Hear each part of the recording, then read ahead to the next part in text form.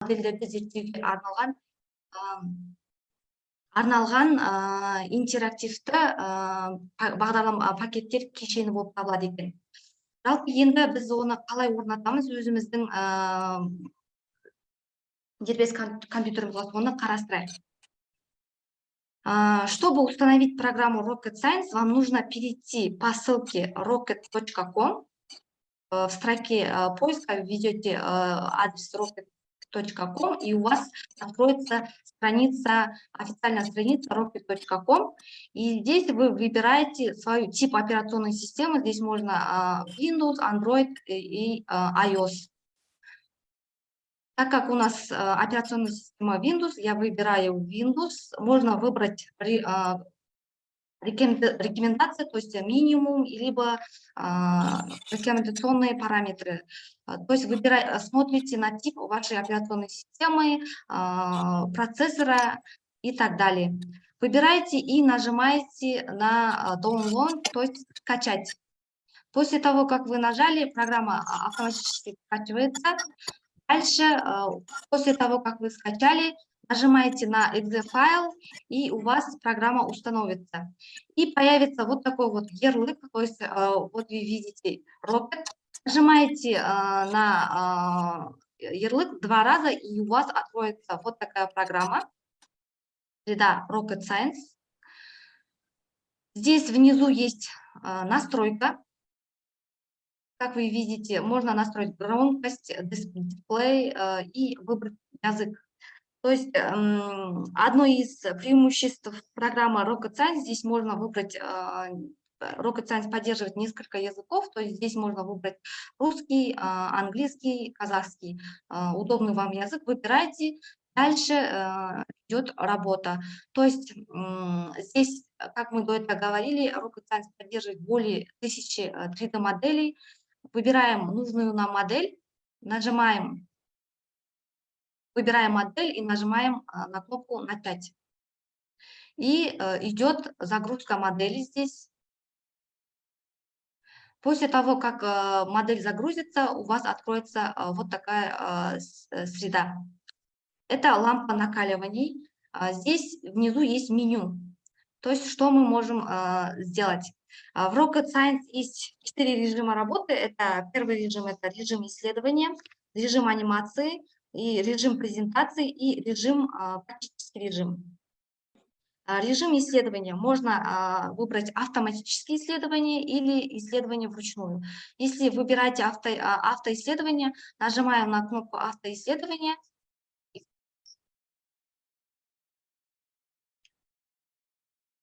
Можно увеличить громкость.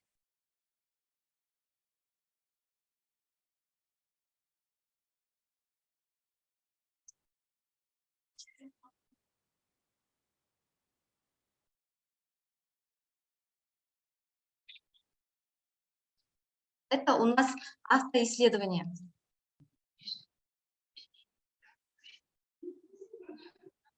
Rocket Science – это все модели можно просмотреть в объеме 360 градусов.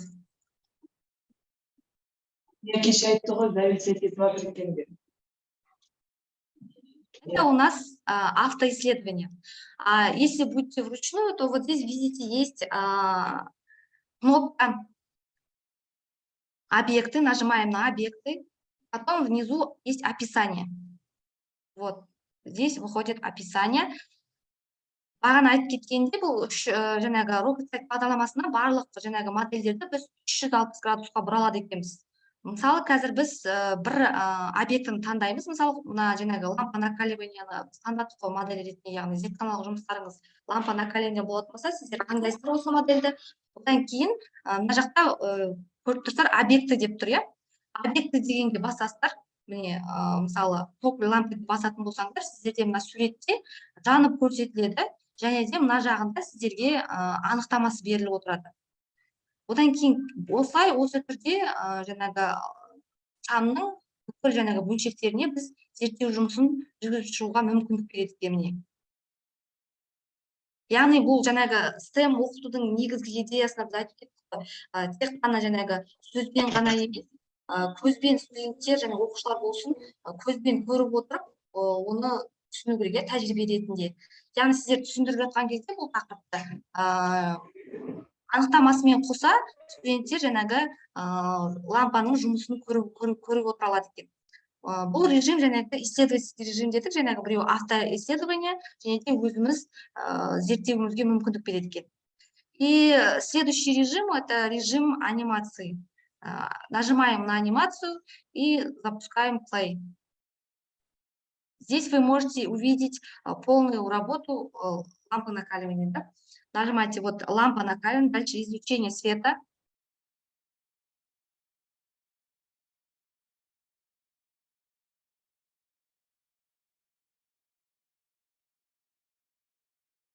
И здесь уже дается определение. Можно закрыть определение.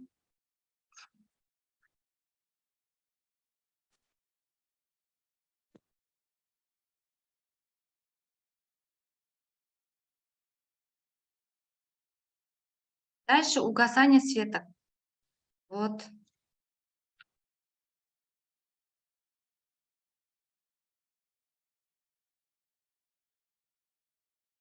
Бұл жерде жаңағы шамның қалай өшу керек екенін бізге не түрінде, тәжірибе түрінде көруге болады екен міне бізге.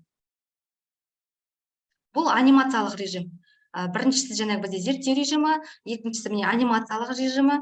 Одан кейін бізде мына жерде жаңағы презентация режимі дедік. Яғни сіздер өздеріңіздің берілген тақырыптарыңыз бойынша презентация жасап, соны студенттерге, оқушыларға ұсынсаңыздар болады екен. Анықтамасын алсаңыздар болады. Мына жаңағы бұл жерде үш тілде де қолдануға, үш тілде де жаңағы бірнеше тіл қолдануға мүмкіндік береді, ағылшынша, орысша деген. Қазақ тілінде басқа тілдерде ауыстырсаңыздар, дәл осы тілде жаңағы анықтамасы, описаниясы шығып тұрады, және құрылғыларды көрсетіп тұрады. Келесі режим жәнегі мына жерде аннотацияны басатын болсаңыздар да, бұл жерде жаңағы әр құрылғының аттары шығып тұрады. Анимационный режимде және сіздер көрдіңіздер, модельдің жаңағы шамның қалай жұмыс жасайды, қалай өшеді, жаңағы электродтардың қалай жүретінін, светтің қалай өтетінін барлығын тәжірибе түрінде оқушылар көре алады екен. Келесі бұл жаңағы төртінші режим, бұл тәжірибелік режим. Бұл тәжірибелік режимға вопросы деп басасыздар. Автовопросы бұл жерде жаңағы үш неде жұмыс істеуге мүмкіндік береді. Бұл бірінші және сборка объекта, выбор объекта, соответствие метод. То есть сборка объекта деген жерде бұл жерде жаңағы біз жаңағы элементтерді қайтадан кәшіп, қайтадан құруға болады екен. Келесі жаңағы екіншісінде бұл выбор объекта дегеніміз, біз мысалы мына жерде нит накала деп тұр, соны таңдаңыз деп тұр. Сол кезде мысалы студенттер өзі таңдап тақтаға шығарып сұрасаңыздар болады, немесе жаңағы өздерінде сіздердегі принтер жаңағы проектор болатын болса, сол жерде келіп, сонымен басып студенттер осы жердегі жаңағы элементті таңдау арқылы қателіксіз выбор деп басады. Егер дұрыс болған жағдайда ол дұрыс деп, дұрыс болмаған жағдайда ол қатені көрсетеді екен. Мысалы мына жерде біз айтып кеттік, әр модельдерді біз 360 градустарға бұруға мүмкіндік береді. Мысалы қарап тұрсаңыздар, міне жан-жағынан қарауға мүмкіндік береді. Сыртты, одан кейін ішіндегі әр құрылғыларды таңдаған кезде үстіне басасыздар. Сол басу арқылы сіздер өздеріңіздің жаңағы керекті бөлшегін таңдай аласыздар. Үшіншісі бұл жаңағы соответствие метод дейді. Оны басатын болсаңыздар, мысалы мына жерде қазірде ток лампы дейді, соны біліп сайыстар да, мысалы соған басып, соны былай әкеп ана жаққа қоясыздар. Мысалы колба лампы, нит лампы дейді, соның барлығын алып келіп сәйкестендіреді. Бұл студенттерге арналған жұмыс. Осы жұмысты орындап болғаннан кейін, программа жабылғаннан кейін, яғни результатты сақтау деген батырма шығады. Сол арқылы сіздер жаңағы студенттердің жасаған жұмыстары, өздерінің жасаған жұмыстарын сақтайды. Сақтағаннан кейін сіздерге ол жаңағы қанша осы тақырыпты студенттер қанша пайызға түсінді, қай жерінде жаңағы қателер кетті, қай жерден түсінбеді деген сияқты өздеріңізге анализ ала аласыздар. Мына программаны X-ті басып жабасыздар, сол кезде сіздерге экранға жаңағы PDF форматта сол жаңағы студенттің жасаған жаңағы жауап берген анализдары шығады екен. Rock and Science бағдарламасы, және айтып кеттім, бұл зерттеп болғаннан кейін X батырманы басасыздар да, өздеріңізге жаңағы керекті тақырып бойынша жұмыс жасауға мүмкіндік береді екен.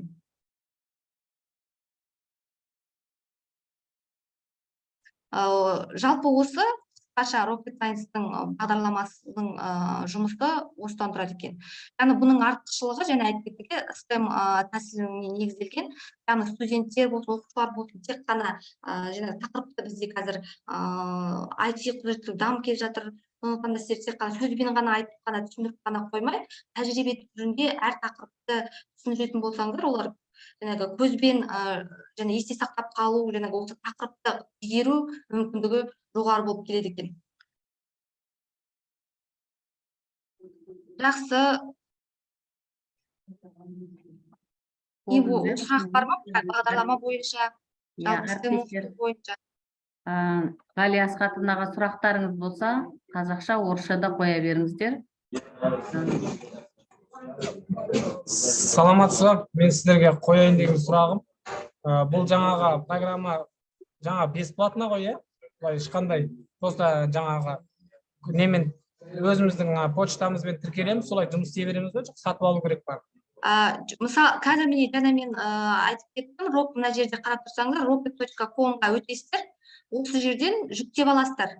Мынау қазіргі мен көрсетіп отырғаным тегін түрдегі модельдер. Яғни бұл жаңағы ешқандай почта ештеңе тіркемейсіздер, жай ғана орнатылатын бағдарлама. Мен көрсетіп отқан барлық модельдер тегін түрдегі. Және де бұның премиум деген түрі де бар. Ол жерде бірнеше модельдердің бұдан да көп модельдер қосылады.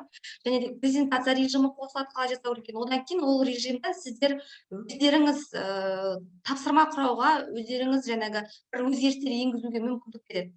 Ол премиумда. Ал мен көрсетіп жатқаным барлығы тегін, тек қана өздеріңіз rocket.com-ға өтіп, жүктеп, осылай ашып көрсеңіздер болады.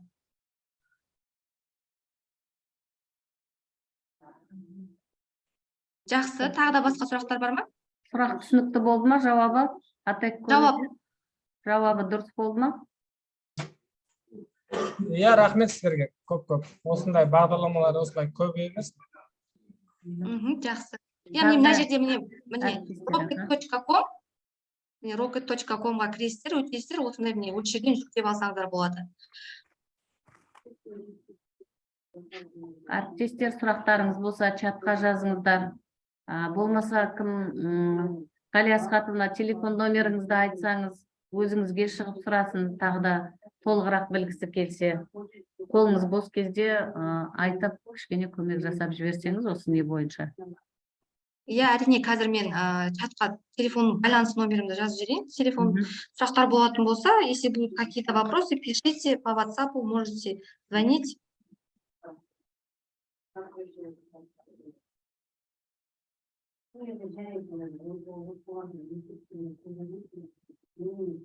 Жақсы, басқа да сұрақтар бар ма? Құрметті әріптестер. Сізден осы түсіндірген мәліметтерімізді өзіңізден алсақ бола ма? Осы презентация қалай тіркелу керек дегендерді. Әрине. Номерді сақтап алып, маған WhatsApp-қа жазсаңыздар, мен сіздерге бүкіл презентациямды, бүкіл ақпаратты сіздерге жіберемін. Иә, болмаса біз сіздерге жіберіп отырамыз, және біздің әдістемелік кабинеттің YouTube каналына жүктеледі, сол жерден тіркеліп, алдыңғы сабақ, осы кездегі сабақтардың бәрін сол жерден алып көріп отырсаңыздар болады. Записті жібереміз, бәрі біздің YouTube каналымызда жүктелетін болады. Көп әріптестер сол жерден алып отырады. Тағы да сұрақтарыңыз болса? Сәлеметсіздер ме? Жаңа номерді таппай қалдым да, мен чаттан жазып алсам деп едім. Саламатсыз, 8705. Жақсы, жазып алайыншы. Иә, жазып алыңыз. 8705. Жақсы. 126. 8103. 8103, иә? Ғали Асхатовна. Жақсы. Рахмет. Кірдеді ол. Вообще. Жақсы, әріптестер, басқа сұрақ бар ма? Яқтан Гүлжан деп шықпай қалады. Ой, Дамир деп шықпай. Әріптестер, сұрақтарыңыз бар ма?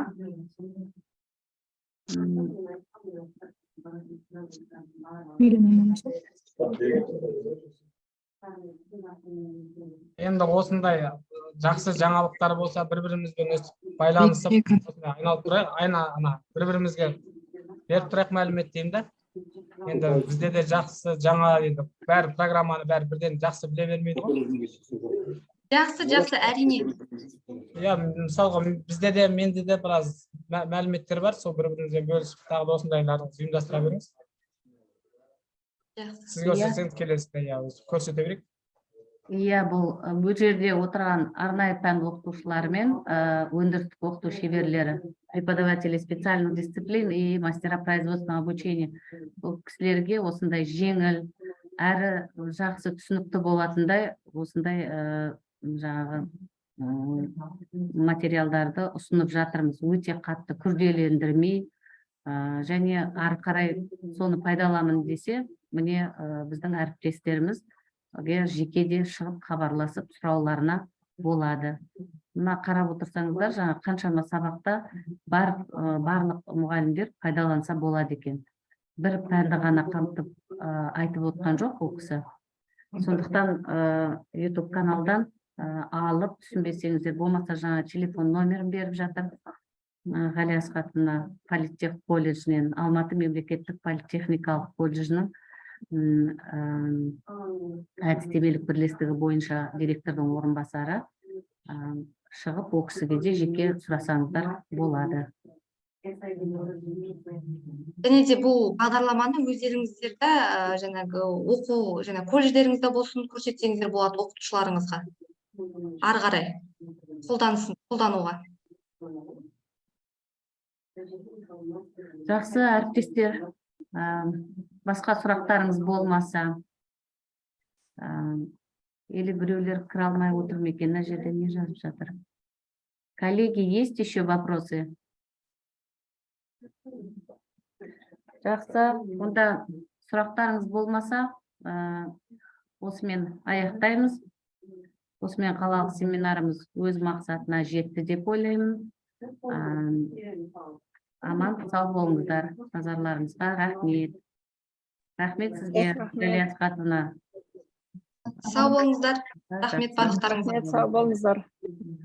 Сау болыңыз, рахмет. Сау болыңыздар. Рахмет, сау болыңыздар.